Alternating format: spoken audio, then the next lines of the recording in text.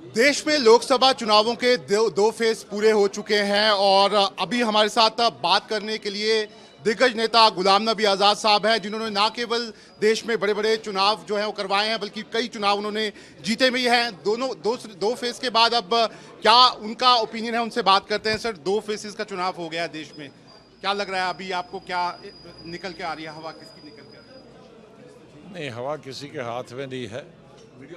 हवा निकालना और हवा भरना वोटर के हाथ में। देश में बहुत अदालतें हैं, मुंसिफ से लेकर सुप्रीम कोर्ट तक बड़े बड़े निर्णय लेते हैं, पार्लियामेंट कानून बनाती है, लेकिन इन दोनों से ऊपर जो है वो जनता की अदालत। तो 5 साल में एक मौका आता है कि जब जनता की अदालत सुप्रीम कोर्ट से भी और पार्लियामेंट से भी बढ़ के निर्णय लेती है। उस पार्लियामेंट में कौन पहुंचेगा, वो न तो सुप्रीम कोर्ट निर्णय लेती है न पार्लियामेंट लेती है, वो गरीब जनता लेती है। मैं गरीब जनता की इसलिए कहता हूं कि अधिकतर पोलिंग स्टेशन में जब लोग पहुंचते हैं, वो किसी भी धर्म के हों, जाति के हों, उसमें 95% गरीब लोग ही होते हैं। तो ये उन गरीब लोगों ने, चाहे वो मज़दूर हों, किसान हों, गरीब हों, देहात में रहते हों, शहर में रहते हों, किसी भी धर्म के, उनने फैसला लेना है कि किसको हमने पार्लियामेंट में पहुंचाना। लेकिन सर, आप क्योंकि बहुत सारे चुनाव आपने लड़वाए भी हैं और लड़े भी हैं खुद भी, अभी जो पल्स निकल कर आ रही है, क्योंकि बीजेपी ने नारा दिया है 400 पार का, दूसरी तरफ से कांग्रेस ये कह रही है कि 180 तक भी नहीं आ पाएंगी, आप क्या पल्स देख रहे हैं इस समय देश के? देखो, राजनीतिक दल, मैं निष्पक्ष हूँ, न मैं इस एनडीए ग्रुप में है न इंडिया ग्रुप में हूँ, इसलिए मैं जानता हूँ क्या होगा अपने अनुभव के अनुसार। लेकिन मेरे लिए उचित नहीं होगा ये कहना। जिस वक्त भी मैं ये कहूँगा कि ये इस पार्टी की संभावना है जीतने की, तो लोग कहेंगे ये ऐसा कैसे निष्पक्ष है, ये तो एक पार्टी के हक में फैसला दे रहा है, इसलिए वो मैं नहीं कहूँगा। लेकिन ये एक अवसर मिलता है सभी राजनीतिक दलों को, चाहे वो राष्ट्रीय स्तर की हों, चाहे राज्य स्तर की हों, चाहे निर्दलीय हों, लोगों के पास पहुंचने का। ये एक बहुत अच्छा है। एक तो उनको देश देखने का अवसर मिलता है, प्रदेश देखने का अवसर मिलता है, और अपनी कॉन्स्टिट्यूंसी देखने का भी अवसर मिलता है। और इनमें से जो पार्लियामेंट आते हैं तो उनको भी बहुत लाभ मिलता है पार्लियामेंट बोलने के लिए। जो बाद में एमएलए जीत के आते हैं, उनको भी इस दौड़ धूप का गांव में, शहरों में लोगों के पास जाने का एक बहुत बड़ा फीडबैक मिलता है और लाभ भी मिलता है कि क्या लोगों की समस्याएं हैं। और कॉरपोरेशन, इसमें से बहुत सारे लोग कॉरपोरेशन का इलेक्शन लड़ते हैं, ज़िला परिषद का इलेक्शन लड़ते हैं, डीडीसी, बीडीसी।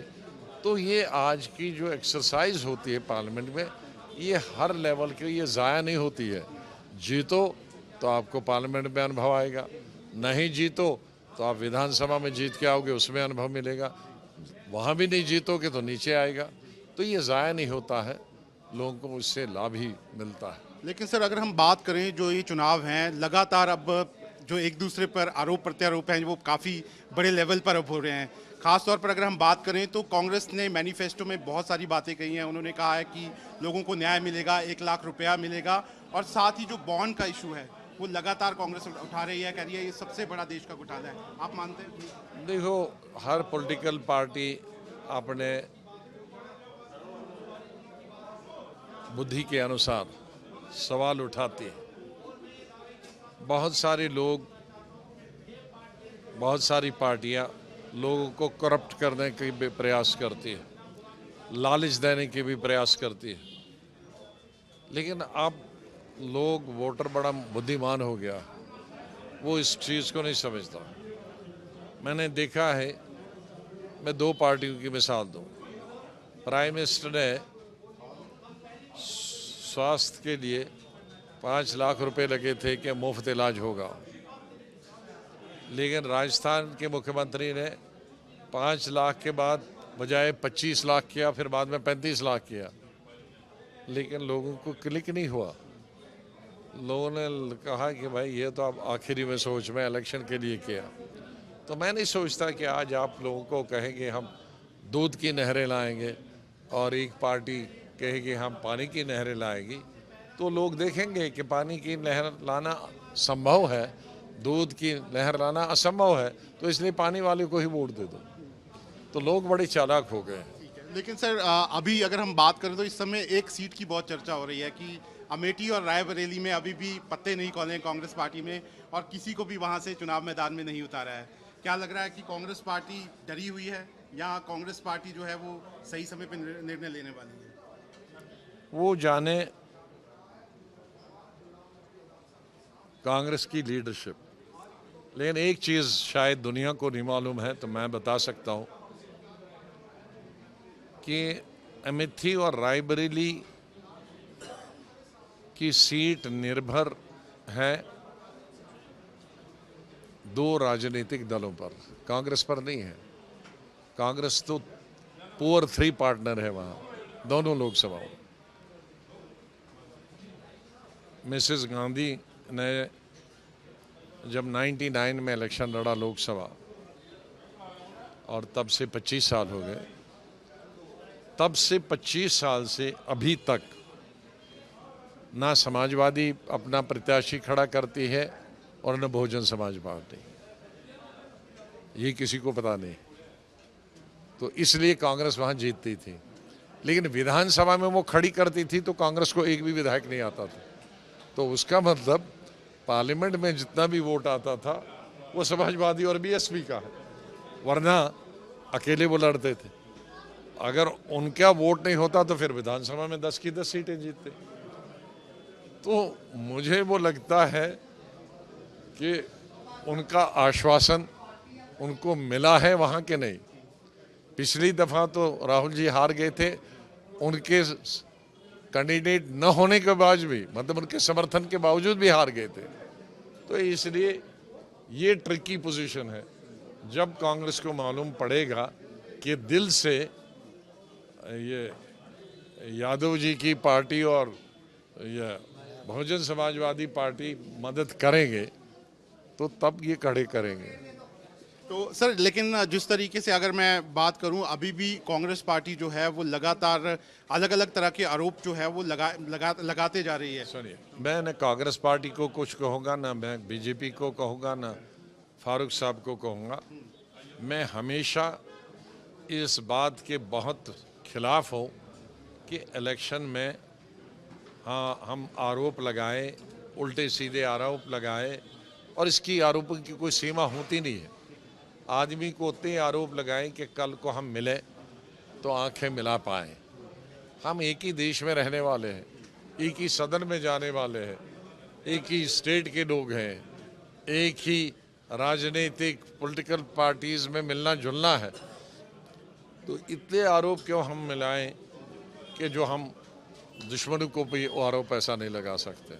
इंडिया गठबंधन जो था यहाँ पर एनसी, पीडीपी और सब लोग इंडिया गठबंधन के साथ थे, लेकिन इस सीट पे तो एक दूसरे के खिलाफ ही खड़े हो गए हैं। तो कहाँ इंडिया गठबंधन नजर आ रहा है? आप ये गठबंधन के नेशनल चेयरमैन और स्टेट चेयरमैन बता सकते हैं, उनसे पूछिए। मैं तो ना उस गठबंधन का हिस्सा हूं, ना इस गठबंधन का हिस्सा हूं। लेकिन कई बार आपको लगता है कि जिस तरीके से स्टेटमेंट्स आती हैं, खासतौर पर हमने पीछे उमर अब्दुल्ला की स्टेटमेंट सुनी, और कहीं ना कहीं आपको लिंक किया जाता है बीजेपी से, वो कहीं ना कहीं हर्ट करता है आपको कि बार बार एक ही बात बोली जाती है? मैं उसको कहता हूं कि वहाँ 6 साल वो मंत्री रह चुके आए हैं, तो ज़रा अनुभव बताए हमारे बीजेपी में मिनिस्टर का और रहने का कैसा अनुभव है। बस मेरी इतनी गुजारिश। आखिरी सवाल सर, अब आपकी पार्टी डीपीएपी जो है वो चुनाव लड़ रही है, सभी सीटों पे आप अपने हम तीनों पे लड़ रहे हैं, लेकिन पहले ये आ रहा था कि आप चुनाव लड़ेंगे, लेकिन आपने नहीं लड़ा, अब आपके कैंडिडेट लड़ रहे हैं। कहाँ आप लोग खड़े हैं इस समय? बिल्कुल खड़े हैं, सेंटर में खड़े हैं, ना लेफ्ट ना राइट, और ऊपर वाला हमारे साथ है। बाकी वालों को तो ये पार्टी साथ है, वो पार्टी साथ है, हमारे पास ऊपर वाला साथ। और ये डेफर जो हुआ है चुनाव, महबूबा मुफ्ती तो कह रही हैं सीधा, और उमर अब्दुल्ला की ये जानबूझ के किया गया, रिगिंग करना चाहते हैं चुनाव को आगे कर। मैं एनसी को कहना चाहता हूँ, 98 में वो जब चीफ मिनिस्टर थे तो कल वोटिंग था, पहली शाम को लोकसभा ये स्थगित किया गया था। कौन सी कॉन्स्टिट्यूंसी? किस दुनिया में आप ही इलेक्शन लड़ रहे थे। अरे उधमपुर कॉन्स्टिट्यूंसी लोकसभा के 98 में चुप साहब लोकसभा लड़ रहे थे उधमपुर कठवा चुनाव वैली से। सुबह पोलिंग था, शाम को पोस्टपोन हो गया 12 घंटे पहले, और फारूक साहब चीफ मिनिस्टर थे। बस ये नई नाज थी। तो आप देख सकते हैं, ये है गुलाम नबी आज़ाद, और गुलाम नबी आज़ाद किसी तारुफ के मोहताज नहीं है, और उनका साफ तौर पर कहना है कि अभी वो ये कहना नहीं चाहते कि कौन सी पार्टी जो है वो इस चुनाव में जीतेगी, लेकिन ज़रूर लगातार फाइट है, और ख़ुद भी उनकी पार्टी जो है वो जो कश्मीर की 3 सीटें हैं उस पर यहाँ पर लड़ रही है। वीडियो जर्नलिस्ट इजाज़ अहमद के साथ शाहनवाज खान, न्यूज़ नेशन, राजौरी।